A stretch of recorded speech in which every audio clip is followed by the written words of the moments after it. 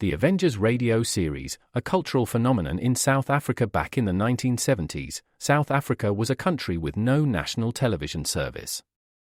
It wasn't until 1976 that the country would get its first taste of television broadcasts. But before that, radio was the primary medium of entertainment and information for the masses. This was the context when The Avengers, a British spy-fi series, made its debut on South African radio and became a cultural phenomenon. The Avengers was a British television series that originally aired from 1961 to 1969. The show revolved around the adventures of John Steed, a suave and sophisticated secret agent, and his various female associates. The series was a unique blend of traditional spy thriller elements with science fiction and fantasy, which set it apart from other shows of its time. While the series was hugely popular in the UK and had also made a significant impact in the American markets, being one of the rare British series given a network transmission slot, it was virtually unknown in South Africa. This was primarily due to the lack of a national television service in the country until 1976. However, as a film series, The Avengers was able to gain some exposure in South Africa through film rentals. But it was the launch of the radio series that truly brought The Avengers to the masses in South Africa. Come and listen at www.myclassicradio.net.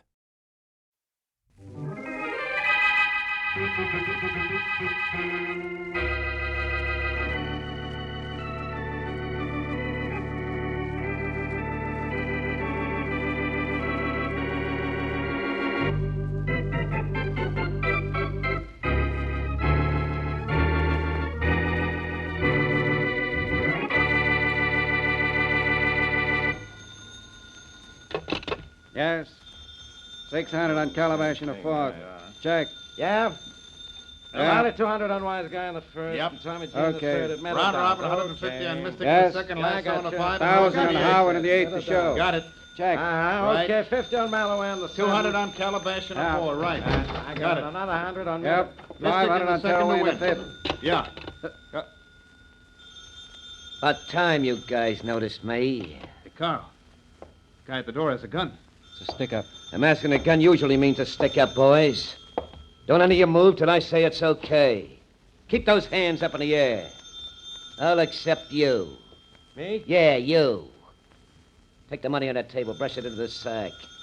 Come on, hurry. Better do as he says. You're telling me. Hurry it up, come on. Must be 10,000 there. Sucker money, huh?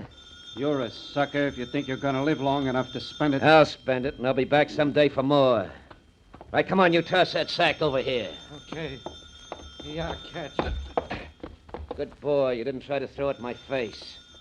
And listen, boys, don't any of you try to follow me out of here, or I'll start using this gun. Tough guy, aren't you? All you mugs think you're tough when you got a gun in your hand. Sorry to disappoint you, boys, but I have a reputation for being a gentleman, not a mug. Maybe I ought to tell you who I am. So you know I mean it when I say the first guy to follow me out of here, the first to stop a slug. Yeah.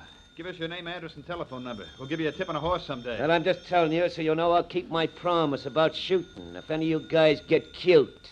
Yeah. I'm Boston Blackie.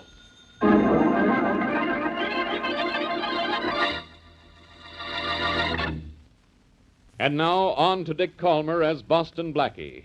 Enemy to those who make him an enemy. Friend to those who have no friend.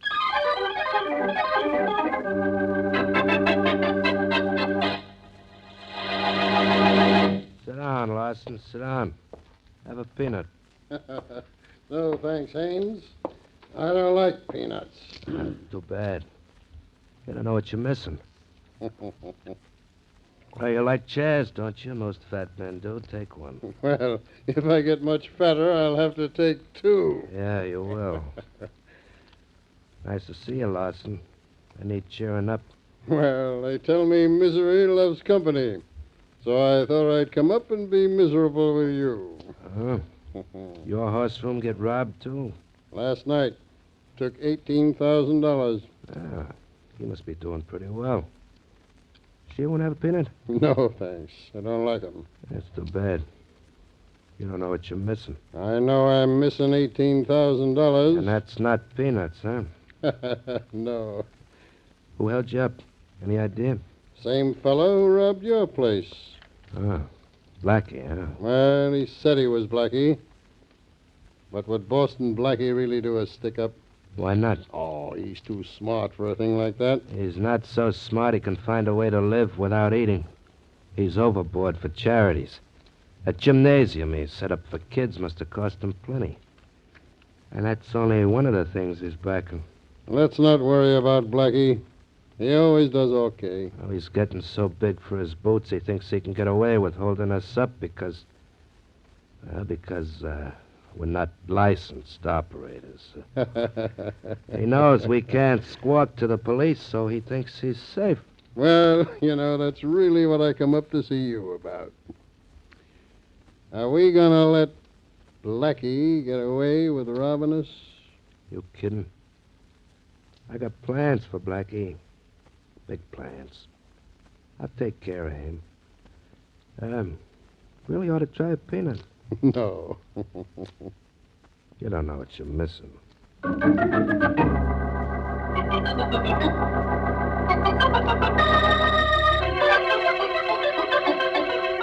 To whom do I make out this receipt, Mrs. Martin? To the Manchester Charities, Blackie. And also write, received from Mrs. Clara Martin. All right. This is Clara Martin. You're sure our organization wants to spend this much, Mrs. Martin? Yes, we all voted at the same time we decided you would head the purchasing committee. I'm very proud you selected me. Even though I have a hunch my friend Mary Wesley talked you into it. I'll work on this right away. We want to buy this home immediately, Blackie. The need is terribly urgent. Children's homes are miserably crowded. The real estate man said he'd hold the property only until tomorrow midnight. Good enough. Well, there's your receipt, Mrs. Martin. Thank you very much, Blackie. And here's the money in this envelope. $20,000. Oh, you didn't have to bring cash, you know. A certified check would have done just as well. I didn't know that. This is all very new to me. Well, it's all right.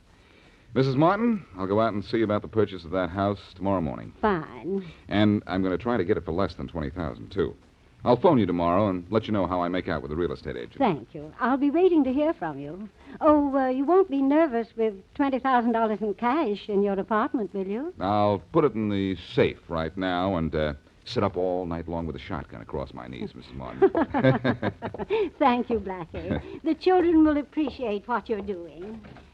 Goodbye, Blackie. Goodbye, Mrs. Martin. Mm-hmm. Mm-hmm. Oh, back again, Mrs. Martin. Come in. Guess I ain't making an intrusion now, am I, Matt? Huh? Who are you? The guy the boss sent up to pay you an anti-sociable call. A what? A call with an expression of business.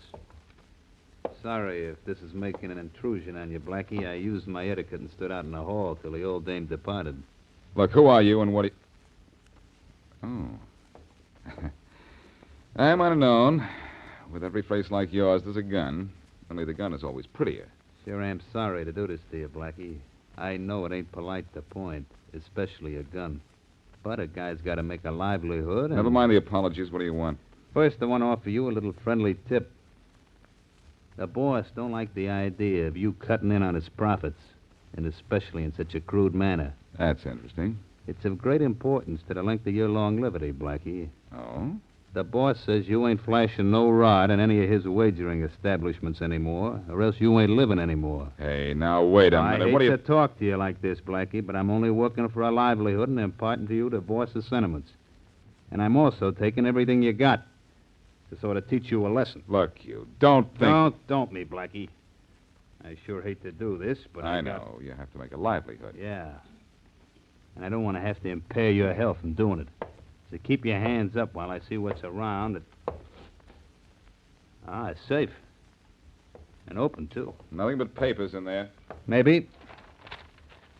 Since you were so polite as to have the safe open, I'll be polite and take what's in it. Jewelry. Blackie, you should be ashamed. You were kidding me. And this envelope looks interesting. Look, that envelope isn't mine. And what's in it is... Money. United States currency. Thanks, Blackie. You're extremely generous. Look, take everything else in the apartment, but leave that envelope. That's charity money, and it doesn't belong to me. That's right. It belongs to my boss now. You take that money, and Now, I'm going to... Blackie, don't get angry. I don't want to be harsh with you. So let you be likewise with me. So long, Blackie. Wait a minute. I'm warning you. If you take that money, now, I'm going to... Blackie, be nice. Haven't I been nice and polite to you?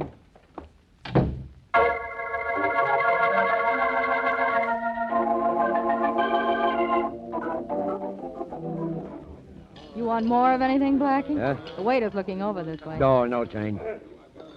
So I guess I've had enough for one meal. You're cute, honey. Had enough for one. You had enough for three. Well, food's good for the soul. Yeah, for everything but the figure. Nothing wrong with yours, sweetheart. See anything in the shops downtown that was good enough for you? Oh, lots of things, Blackie, but they were all so expensive. Oh, so what? They don't cost a lot. They aren't worth anything at all. Here. Here's a couple of $100. Get started with that. Oh, Blackie, thank you so much. Yeah, I was sure lucky to meet you almost the very day I came to town. You know, after you spoke to me, I still couldn't believe you were Boston Blackie. Why not? Well, you look so different from the pictures I've seen in the newspapers. Oh, those pictures? You don't think I'd let the newspapers get hold of decent pictures of me, do you, baby? Oh, I'm not that dumb. Now, look, baby, I got work to do. Suppose you run on downtown, do a little shopping, and then call me at my apartment, huh? You know the phone number? No, I don't. Well, I'll write it down for you. What time should I call? Oh, late in the afternoon, say about 5. All right. Here's the phone number. If there's no answer, look for me here at mealtime. I always eat here at Londo's. Thanks. What are you going to do today? Gonna be busy. Oh, I see. Doing what the papers say you've been doing? What do you mean? Well, there were a few hints in the columns this week about you and those Horseroom robberies. You don't say. Mm-hmm. The columns just hinted, Blackie. They didn't come right out and say you were the one. Well, I didn't see the columns this week. Well, maybe I'll have to catch up on my columns and with a few columnists. Look, don't phone me at 5, baby. You better make it around 7. Oh, why so late, Blackie? Well, I have a special job to do this afternoon. A very special reason to get my hands on a lot of money.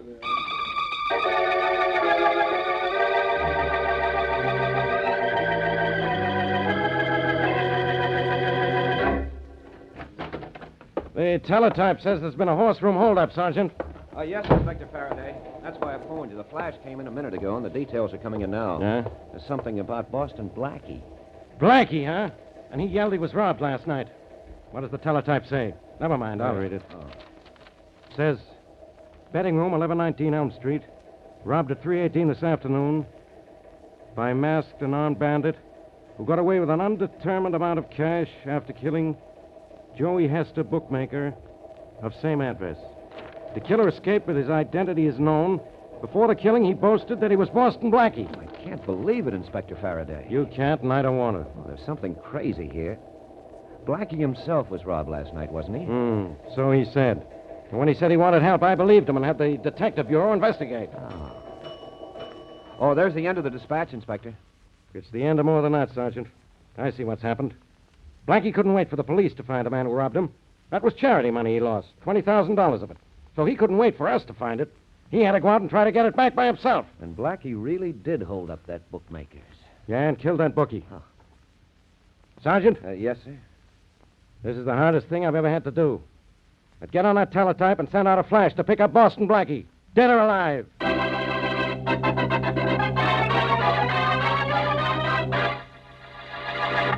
And now, back to Boston Blackie.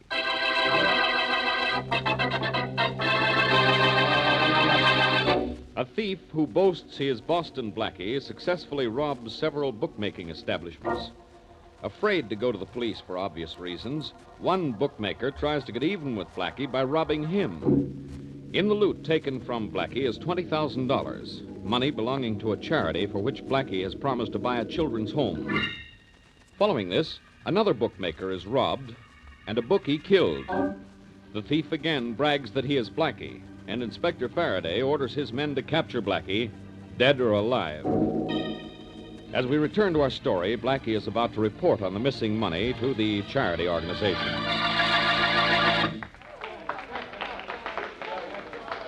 And now, ladies and gentlemen, here is a report on the purchase of the Manchester Charities Building by Mr. Boston Blackie. One moment, please. One moment.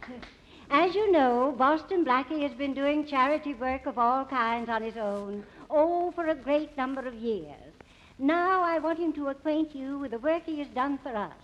Mr. Boston Blackie. Thank you. Thank you, Mrs. Martin, and ladies and gentlemen. You were generous to give me credit for my interest in charity, but you all know that Mrs. Martin gave me $20,000 of this organization's money with which I was to buy a place for homeless children. And you did it too, didn't you, Blackie? No, I'm sorry to have to report that I haven't purchased the property. Blackie, why haven't you bought the home? The man said he had to have the money by midnight tonight. Wasn't the $20,000 enough? It was quite enough, Mrs. Martin, but I didn't have the money. But I have a receipt proving I gave it to you. You did give it to me, Mrs. Martin. I don't deny that. But I don't have the money. It was stolen. But, Blackie, the police... The police, Mrs. Martin, don't believe it was stolen from me, I'm sure. In fact, they have other ideas about me. But I have until midnight to buy that house, and I'll have the money by then. Well, you'd better, or we'll be forced to turn you over to the police. Don't bother, Mrs. Martin. If I don't recover that money and buy that house, I'll turn myself over to the police.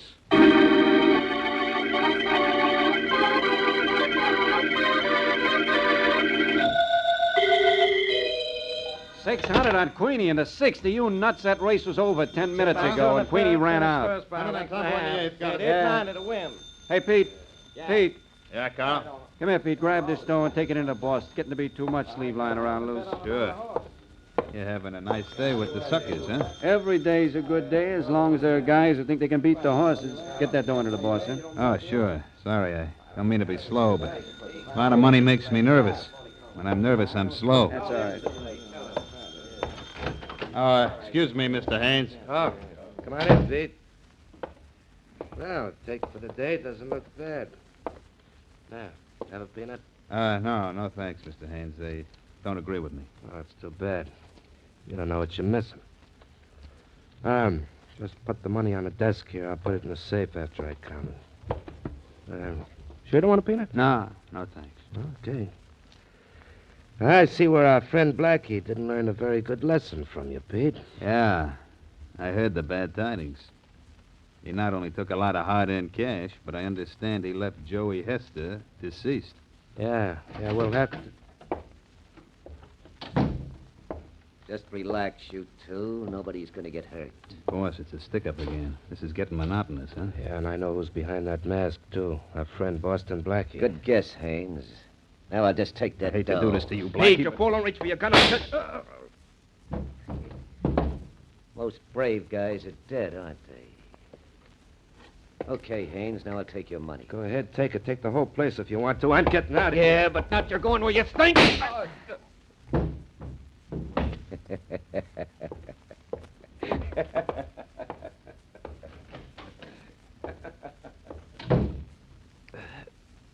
The phone. I can only manage to get the telephone.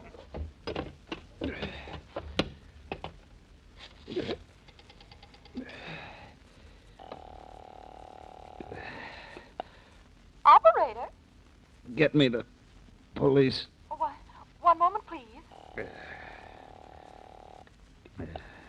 23rd Precinct, Sergeant Sweeney. Sergeant, I've been shot by Boston Blackie. Hello? And all my Hello? life I Hello? tried to be so nice and polite to everybody, too.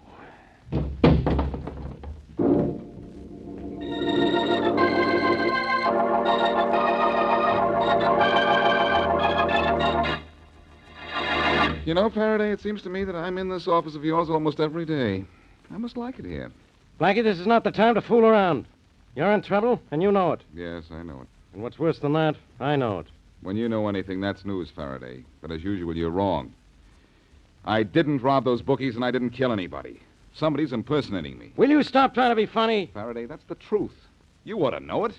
Look, Blackie, will you quit acting so innocent? This is tough enough as it is. I don't like any part of it. Well, I don't either, especially this part. But, Faraday, I can prove what I'm saying. Give me a few hours' time. Nothing doing. I've heard that one before. Please, Faraday, just a few hours. No. 5 hours. No. 4, No. 3. No, I said. Well, all right. Look, I have to go into the next office in a minute. Go ahead, I don't care. Well, you better be here when I get back. You understand? Yeah.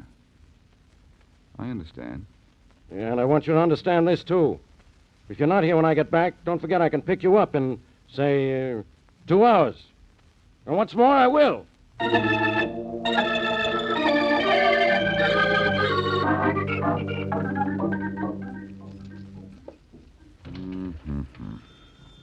Uh-oh, the phone. Okay. Hello. Hello, Blackie. Yes? This is Jane. Who? Jane Powers. You told me to call you at 7. I did? Blackie, what's the matter with you? Don't you remember? Well, so much has happened today that who'd you say this was? Jane. Oh, Jane. Well, why didn't you say so? I did. You did? Yes. Well, the connection must have been bad. I didn't hear you. I was hoping you'd call. Well, you asked me to. Oh, that's right, I did. Oh, I'm glad you remembered something. Yeah, but the funny thing about that paper with your phone number on it, though, the one you gave me in the restaurant today, Uh-huh. I thought I wasn't going to be able to call you. Why not? I lost the piece of paper, but I got your number from information. Wasn't I smart? Oh, I'm getting pretty smart myself. Where can I meet you? Well, do you think it's safe for us to meet? I mean, with the police and... Well, it isn't safe for me to go wandering around the streets, but I'm not far from the public library. Will it be safe for us to meet there? Yes, if we don't meet in the reading room. Tell you what, I'll meet you on the west side of the library between the second and third partition. All right. At what time? Between 8 and 9. Between the second and third partition.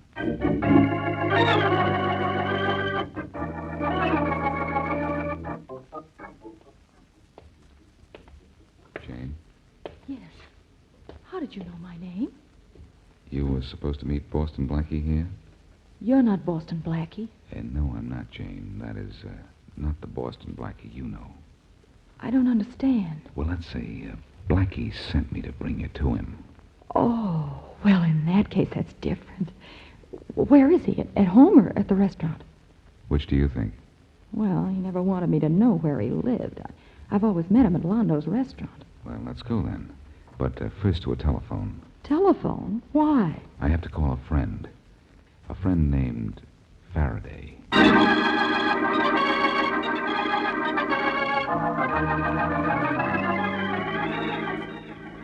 There's your Boston Blackie. It's an improvement. He always eats in this restaurant. He's the man sitting at that second table there by the wall. How did I ever get mixed up like this? Never mind. You stay here with Faraday, Jane, like a good girl, and nothing will happen to you, just as we promised. Okay. Blackie, are you sure you want to go over there and grab that guy alone? I've got the place surrounded by cops, but... I have a personal interest in this guy, Faraday. And you may be just a little too impersonal about the way you treat a killer. Let me have 2 minutes with him, and then you can have him for the rest of his life. Go to it. And that won't be for long, either. Go ahead. Thanks.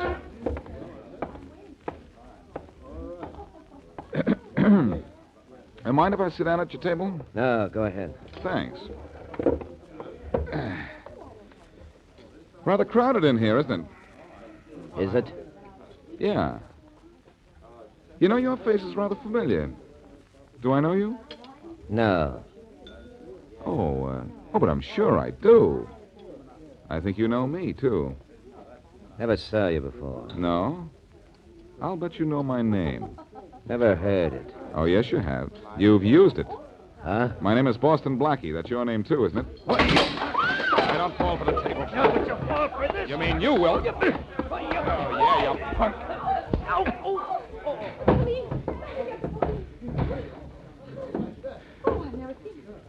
Come on and get him, Faraday. Okay. Everything he has is yours, with the exception of a few dollars, I imagine. Yeah. I think he ought to pay his check, even though he's checked out.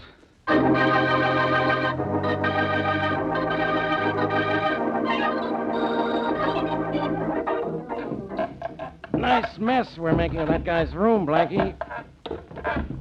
You think he told the truth when he said the loot was stashed here? Yep, Faraday. And here it is. All of it? Yeah, we'll have to count it. It'll take hours to do it. Phew, that's some pile of money. The whole wall must be full of it. And don't forget, 20,000 of it is mine. It would be Boston Blackie admits he robbed Haynes, the bookie, and killed Pete. And it was Pete who robbed me. I know you got 20,000 coming, dear. You'll get it. And those kids will get their home, too, huh? Uh-huh. Say, did you ever find out why that guy called himself Boston Blackie?